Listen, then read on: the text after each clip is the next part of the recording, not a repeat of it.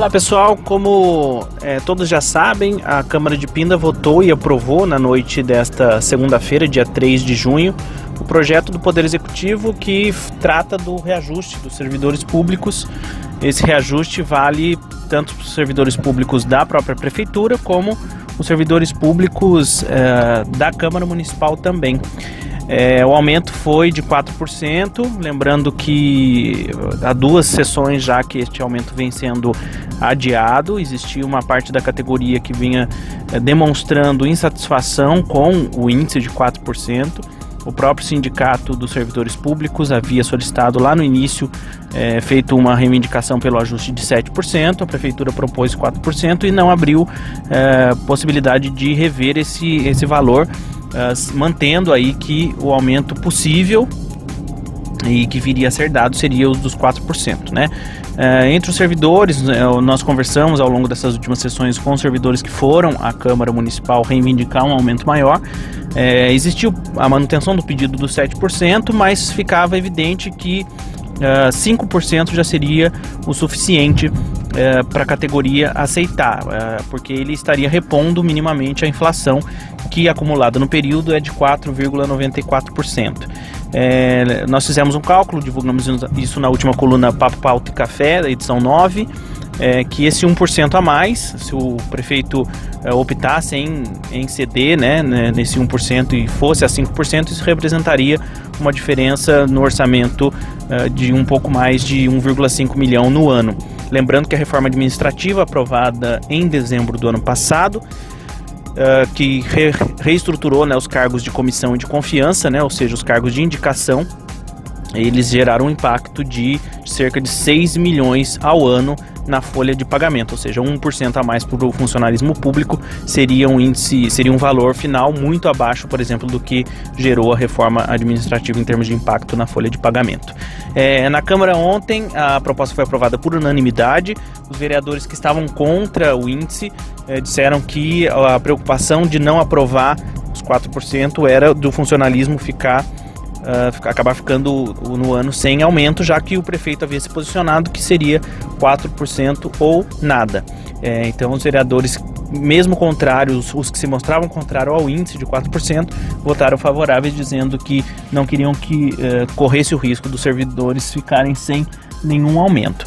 O que chama atenção, para além do fato desse absurdo, desse aumento, mais uma vez, segundo ano consecutivo abaixo do índice inflacionário, lembrando que no ano passado o aumento do funcionalismo público foi de 2,07%, ou seja, abaixo do índice da inflação do período acumulado, que era de 2,8%, e dessa vez, mais uma vez, abaixo, quase 1% do índice inflacionário. Somando os 2 anos, então, o funcionalismo tem uma perda real de quase 2% em relação à inflação acumulada do período desses 2 anos, Então, quase 2% de perda de aumento real do salário do servidor público em 2 anos consecutivos. O vereador Roderley Mioto, na sua fala, justificando a aprovação do projeto, mesmo dizendo contrário ao índice, disse que a briga vai ser para no ano que vem esse aumento seja acima da inflação.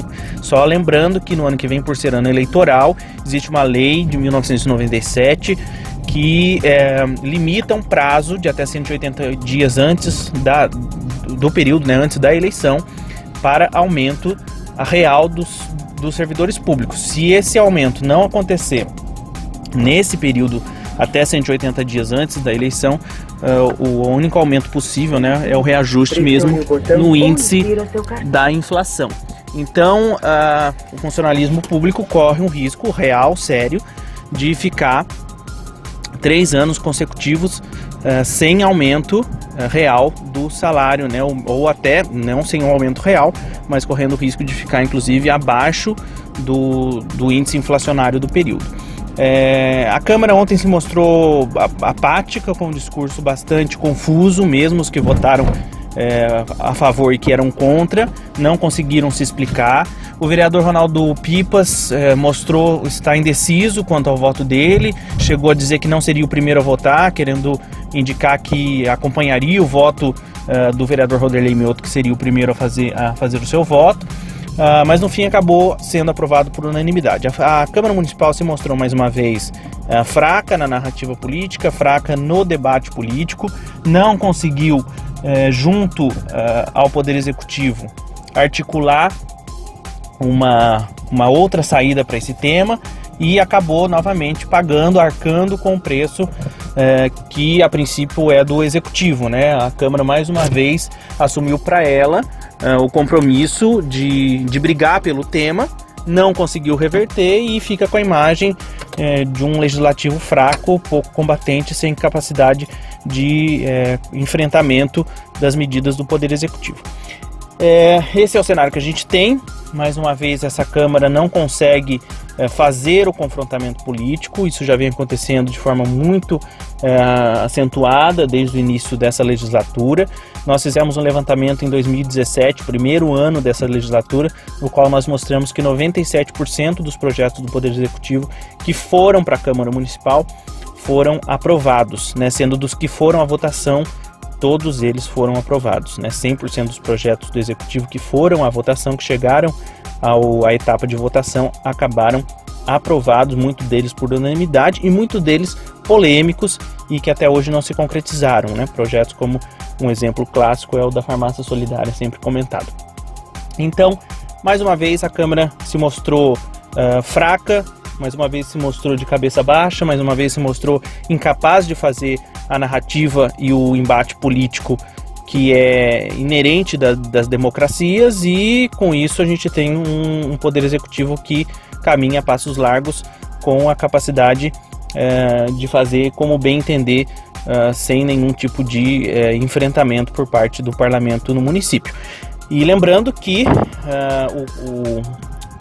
o balanço do quadrimestre, do primeiro quadrimestre, ainda não foi publicado oficialmente. Lembrando que nós tivemos também a votação da manutenção dos salários dos vereadores, dos secretários, do próprio prefeito e do vice-prefeito. Esses projetos poderiam ter sido também entrado nessa disputa de narrativa, poderiam ter sido segurados e só serem votados juntos com os servidores, inclusive.